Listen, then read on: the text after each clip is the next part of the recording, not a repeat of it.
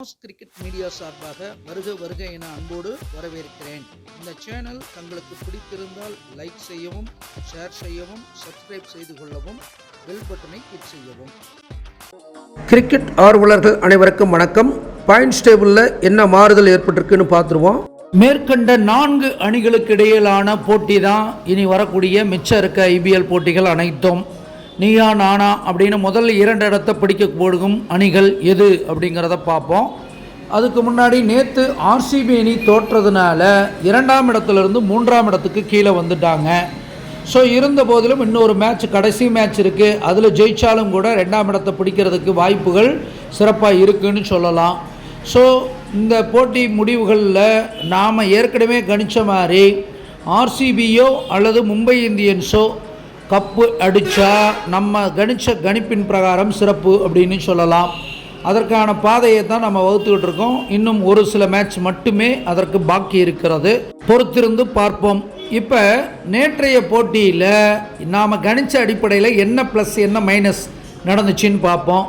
RCB போராடி தோற்றாங்க.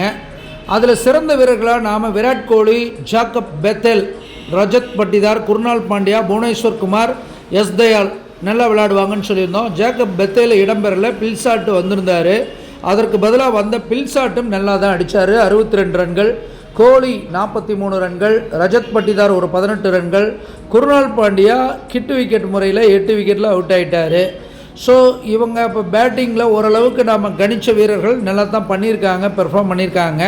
அதில் ஒன்றும் மாற்று கருத்து இல்லை. ஆனாலும் பவுலிங்கில் இவங்க அந்த அணி சிறப்பாக செயல்படலை ஆர்சிபி. ஸோ அந்த காரணத்தினால இவங்க நேற்றைய போட்டியை தவற விட்டாங்கன்னு நம்ம சொல்லலாம். ஸோ இப்போ இவங்களை பொறுத்தளவுக்கு பார்த்திங்கன்னா எஸ் தயாள் விக்கெட் எதுவுமே எடுக்கலை, 12 ரன் ரேட் கொடுத்தாரு. புவனேஸ்வர் குமார் 43 ரன் கொடுத்து ஒரு விக்கெட் எடுத்ததும், குருணால் பாண்டியா 38 ரன்கள் கொடுத்து ஒரு விக்கெட் எடுத்ததும், மொத்தம் பார்த்திங்கன்னா 8-11 ஓவரில் 2 விக்கெட் தான் எடுத்திருக்காங்க. ரன்னும் 10 ரன்களுக்கு மேலே கொடுத்துட்டாங்க. ஸோ பவுலிங்கில் தான் ரொம்ப மோசமாக போயிட்டாங்க. பேட்டிங்கில் நல்ல பொசிஷனில் இருந்து திடீர்னு அவுட் ஆனதும் குறை அப்படின்னு சொல்லணும் ஆர்சிபிக்கு. எஸ்ஆர்ஹெச்சை பொறுத்தளவுக்கு நாம் கணித்த வீரர்கள் Abhishek Sharma, Ishan Kishan, Kamindu Mendis, Nitish Rana, Pat Cummins, Heinrich Klaasen. இதில் கமிந்து மெண்டிஸ் விளையாடலை, மற்ற எல்லாரும் நல்ல சிறப்பாக பண்ணியிருந்தாங்க. அதில் பர்டிகுலராக சொல்லணும் அப்படின்னா அபிஷேக் சர்மா ஓப்பனிங்கில் 17 பால்லே 200 ஸ்ட்ரைக் ரேட்டு, 34 ரன், 3 4 3 6 அடித்து நல்ல தொடக்கம் கொடுத்தாரு. அதுக்கப்புறம் பார்த்திங்கன்னா இஷான் கிஷன் 48 பாலில் 94 ரன்கள் அடித்து நாட் அவுட்டாக இருந்தார். அது ஒரு பலம். அடுத்தபடியாக நாம் கணித்த ஹென்ரிச் கிளாசனும் 24 ரன்னு 13 ரன்னுக்கு 2 4 2 6 அடித்து அவுட் ஆனார். அடுத்து கம்மின்ஸும் பார்த்திங்கன்னா 6 பாலில் 13 ரன் அடிச்சிருந்தார். ஸோ இந்த மாதிரி ரன்கள் அடித்தது தான் அந்த அணி முன்னேற்றத்திற்கு காரணம்னு சொல்லணும். அதே போல் பவுலிங்லேயும் பேட் கமின்ஸு 4 ஓவரில் 7 ரன் ரேட் மட்டுமே கொடுத்து 3 விக்கெட் எடுத்ததும், நிட்டிஷ்குமார் ரெட்டி 2 ஓவரில் 6 ரன் ரேட் மட்டும் கொடுத்து 1 விக்கெட் எடுத்திருந்திருக்காரு. ஸோ அப்போ நம்ம கணிச்ச வீரர்கள் கிட்டத்தட்ட 6 ஓவர் போட்டு 4 விக்கெட்டை எடுத்ததும் பேட்டிங் பவுலிங் ரெண்டுலேயும் சிறப்பாக செயல்பட்டதுனால தான் எஸ்ஆர்ஹெச் வெற்றி பெற்றது. அடுத்து இன்றைய போட்டி டெல்லி கேபிட்டல்ஸுக்கும் பஞ்சாப் கிங்ஸுக்கும் இடையிலான போட்டி. இதில் இவங்க 2 பேரும் இதற்கு முன்பாக 34 முறை மோதி இருக்காங்க. அதில் பஞ்சாப் கிங்ஸு 17 முறை வெற்றி பெற்று ஆதிக்கம் செலுத்தியிருக்கு. ஆனாலும் 16 முறை டிசி ஜெயிச்சிருக்கு. ஒரு போட்டி முடிவு இல்லை. அதனால் பெரிய வித்தியாசம் ஒன்றும் இல்லை. இருந்த போதிலும் தற்சமயம் லீடு எடுக்கிறது அப்படின்னு பார்க்கும் பொழுது பஞ்சாப் கிங்ஸு லீடு எடுக்குதுன்னு சொல்லலாம். அதிகபட்ச ஸ்கோர் பஞ்சாப் கிங்ஸ் 202, டிசி 231.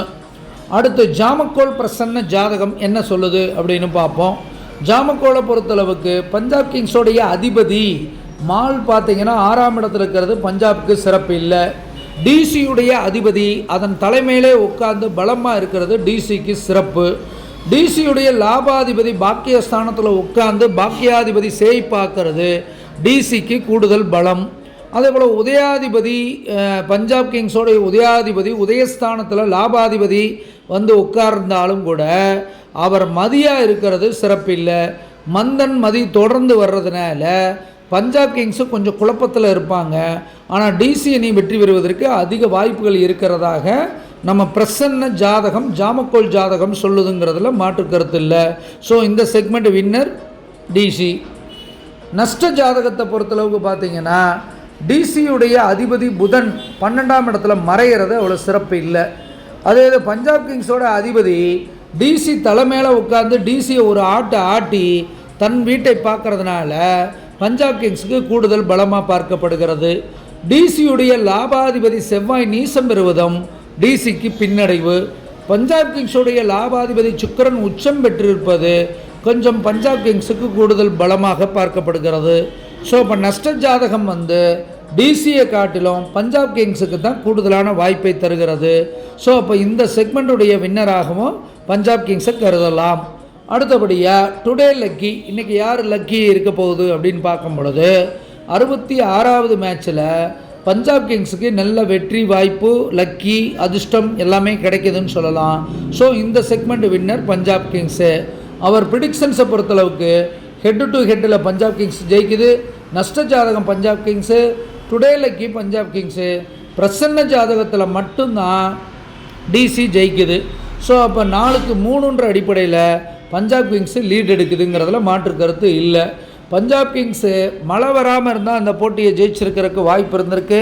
ஆனாலும் மழை வந்ததுனால தான் ஒரு புள்ளியில் அந்த ஒற்றைப்படை புள்ளியில் இருக்காங்க. இருந்த போதிலும் இந்த போட்டியில் வெற்றி பெற்றால் மட்டுமே முதல் 2 இடங்களை பிடிக்க முடியுங்கிறதுனால பஞ்சாப் வெற்றி பெறுவதற்கு வாய்ப்பு உண்டு. சிறந்த வீரர்கள் யாரெல்லாம் செயல்படுறதுக்கு அமைப்பு இருக்குது அப்படின்னு பார்த்தீங்கன்னா பஞ்சாப் கிங்ஸை பொறுத்தளவுக்கு பிரியான்ஷ் ஆர்யா, பிரப்சிம்ரன் சிங்கு, நேகல் வதேரா, மார்க்கோ யான்சன், அஸ்தீப் சிங், யுஸ்வேந்திர சகல் இவங்கெல்லாம் சிறப்பாக செயல்படுவாங்க.